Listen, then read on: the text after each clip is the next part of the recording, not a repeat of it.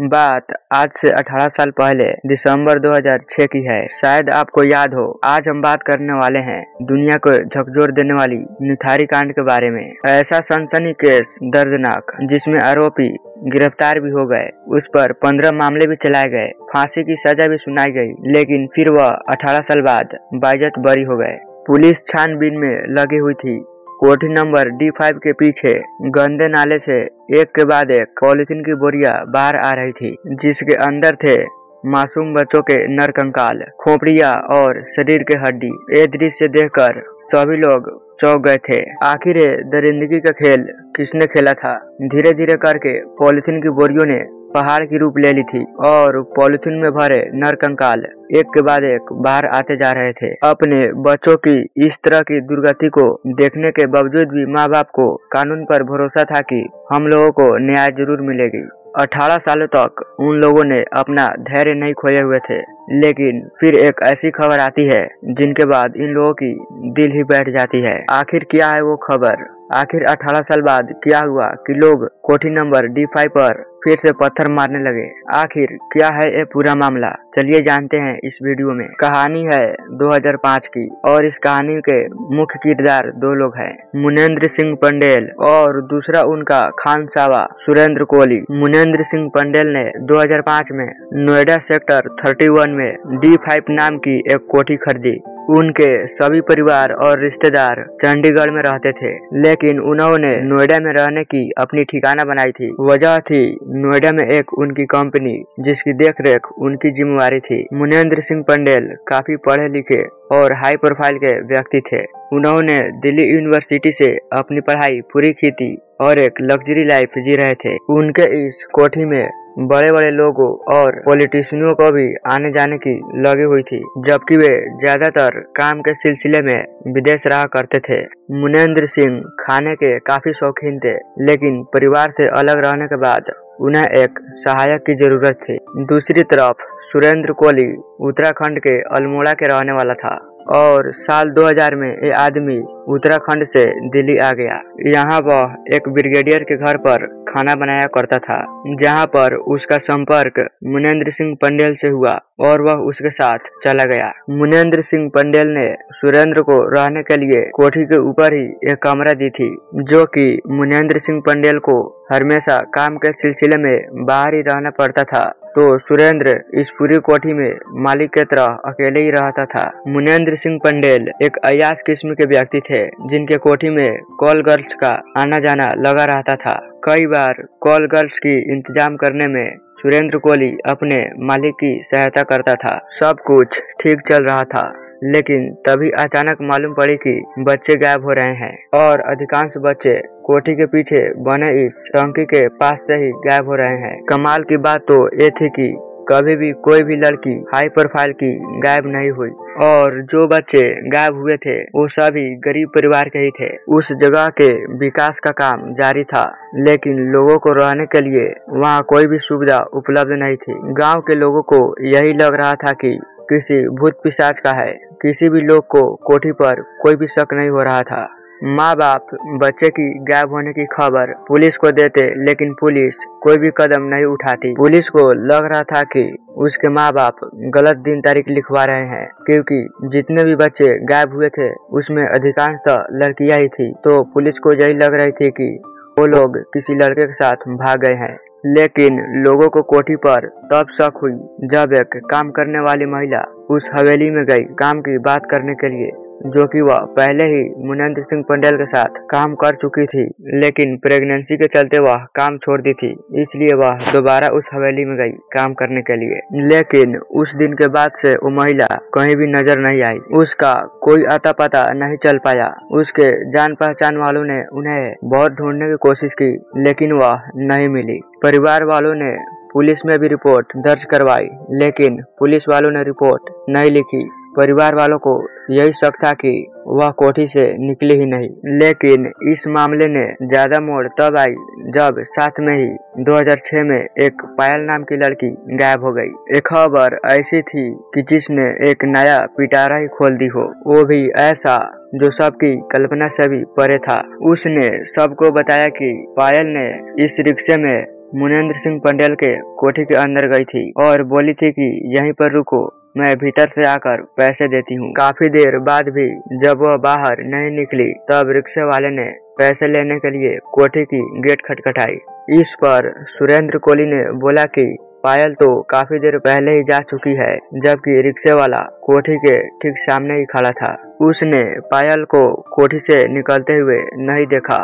उसको इस बात पर शक हुई और ये बात तुरंत ही उसने पायल के घर वालों को बता दी। पायल के पिता आनंद लाल ने आनन फानन में एफआईआर दर्ज कराई और साफ लिखवाया कि मेरी बेटी कोठी के पास से ही गायब हुई है।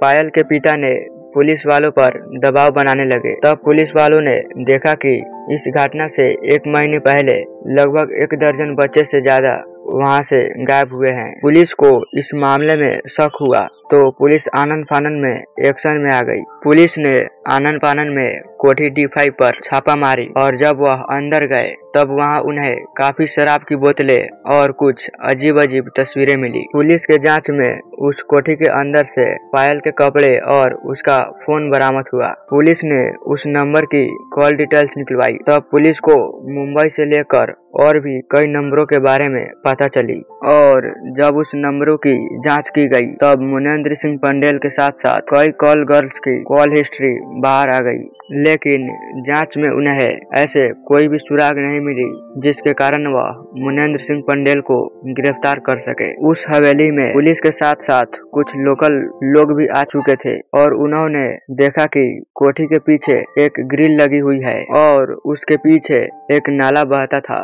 लोगों ने गौर किया कि उस नाले में बहुत सारे पॉलीथिन की बोरियां है। पुलिस को इस बात पर तुरंत शक हुई और वह सफाई कर्मचारी को बुलाकर उस बोरियों को बाहर निकलवाने लगे और जब उस बोरियों की खोलकर जांच की गई तब जांच क्रम में पुलिस के भी पसीने छूट गए, क्योंकि बोरियों में बच्चों के नर कंकाल थे और कुछ बोरियों में बच्चों के खोपड़ियां और स्कूल बैग थे। कोठी के पीछे नाली में ये बोरियां दूर तक फैली हुई थी और उसमें से एक कंकाल निकलना बंद ही नहीं हो रहे थे। मामले की गंभीरता को देखते हुए पुलिस ने इस केस को सीबीआई को सौंप दिया और जब सीबीआई ने इसकी जांच की तब पता चला कि ये मासूम से दिखने वाला आदमी ने 17 बच्चों का मर्डर किया है। जांच में डीएनए सैंपलिंग की गई थी, जिसके बाद इस डीएनए की मेल उन सभी पीड़ित परिवारों से कराई गई जिन्होंने बच्चे गुमशुदगी होने की रिपोर्ट दर्ज कराई थी और फिर सारे केसेस सामने आ गए। 8 फरवरी 2007 को सीबीआई के स्पेशल कोर्ट ने मुनेंद्र सिंह पंडेल और सुरेंद्र कोहली को 15 दिनों के लिए सीबीआई के हवाले कर दिए और 28 फरवरी और 1 मार्च को सुरेंद्र कोहली ने अपनी बयान दिल्ली में दर्ज कराई, जिसमें उसने ये कबूल किया कि वह गांव के गरीब लड़कियों को बुलाता और फिर उसके बाद उसका गला घोटकर मार देता और फिर उसके शरीर के साथ दुष्कर्म करता और फिर उसके शरीर को टुकड़े टुकड़े काट देता। इतना ही नहीं, वो कई बार उस मासूम बच्चे के गुद्दे को पकाकर भी खाया करते थे और बाकी कोठी के पीछे नाले में बहा देता था। और उसने ये भी कबूल किया कि उसकी इस दरिंदगी के बारे में उसके मालिक मुनेंद्र सिंह पंडेल को खबर नहीं थी। उसने ये कबूल किया कि जब उसके मालिक कॉल गर्ल्स के साथ अपनी रात गुजारते तब वह छुप छुप कर उन्हें देखता था और जब यह अपनी शारीरिक भूख मिटाने कॉल गर्ल्स के पास जाता तब इसका शरीर कमजोर होने के कारण कॉल गर्ल्स इसे का मजाक उड़ाती। इसके बाद उस पर हैवानियत सवार हो गई और खुद को संतुष्ट करने के लिए उसने ये तरकीब सूझी। निथारी कांड में सीबीआई ने अपराधियों के खिलाफ 16 मामले दर्ज किए थे, जिसमें गाजियाबाद के सीबीआई कोर्ट ने सुरेंद्र कोहली को 14 केसों का खूनी मानते हुए फांसी की सजा सुनाई थी, जबकि मुनेंद्र सिंह पंडेल पर 6 मामले दर्ज हुए और 3 मामले पर इसको फांसी की सजा सुनाई गई। 4 मई 2009 को कोहली को आरती प्रसाद की हत्यारा पाई गई और फिर 12 मई को उसे फांसी की सजा सुनाई गई। 28 सितंबर 2009 को फिर कोहली को एक मजदूर की बेटी की हत्या करने के जुर्म में तीसरी बार फांसी की सजा सुनाई गई। 22 दिसंबर 2009 को कोहली को चौथी बार फांसी की सजा सुनाई गई। 7 दिसंबर को सुरेंद्र के फांसी की सजा को सुप्रीम कोर्ट ने मौत की सजा उम्र कैद में बदल दी और इस तरह सभी मामलों की गहरी से जांच पड़ताल करते और सुनवाई करते करते 18 साल बीत गए। मासूम बच्चों के दिल पर पत्थर रखकर इंसाफ की इंतजार कर रहे थे, लेकिन अचानक उनका धैर्य तब टूट गया जब 16 अक्टूबर 2023 को एक खबर आई कि इलाहाबाद के कोर्ट ने इन दोनों दरिंदों के कोई भी इस पर यकीन नहीं कर रहा था, क्योंकि सुरेंद्र कोहली को पहले ही कई मामलों में कई बार फांसी की सजा सुनाई गई थी। वहीं मनेंद्र सिंह पंडेल को भी 3 मामलों में फांसी की सजा सुनाई गई थी। फिर भला वो बरी कैसे हो सकते हैं? नोएडा में हुए इस हत्याकांड के पीड़ित माँ बाप ने इलाहाबाद हाईकोर्ट से सवाल की कि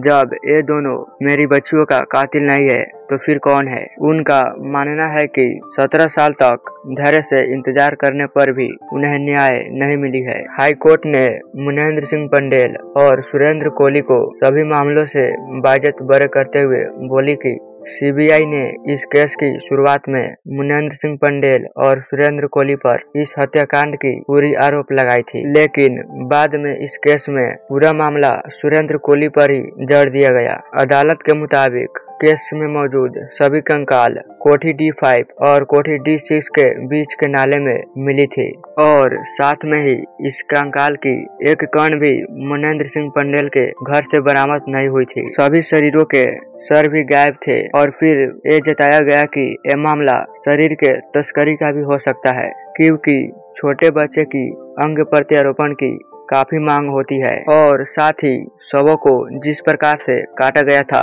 उसमें किसी अनुभवी डॉक्टर का प्रयास था। मनेंद्र सिंह पंडेल के कोठी D5 के करीब ही रहने वाले कोठी D6 में डॉक्टर अमित थे, जिन्हें मानव शरीर के तस्करी में कई बार पकड़ा भी गया था, लेकिन उनसे बयान नहीं ली गई। और साथ ही शवों को पोस्टमार्टम करते हुए डॉक्टर अमित ने यह बोला था कि एक शव को गलने में लगभग 3 महीने लगते हैं और पूरी तरह सड़ने में लगभग 3 साल का समय भी लग सकता है। मगर जो बच्चे 1 साल पहले ही गायब हुए थे उनके शवों की हड्डियां क्यों मिल रही थी? याद रहे, क्योंकि इस केस में मनेंद्र सिंह पंडेल और सुरेंद्र कोहली ने खुद ही बलात्कार और हत्या के बारे में बयान दी थी और जांच में भी सामने आया था कि 19 बच्चों के साथ बलात्कार और हत्या भी की गई थी और शरीर के टुकड़े टुकड़े भी किए गए थे। पुलिस के पूछने पर भी सुरेंद्र ने इस बात की कबूल की थी।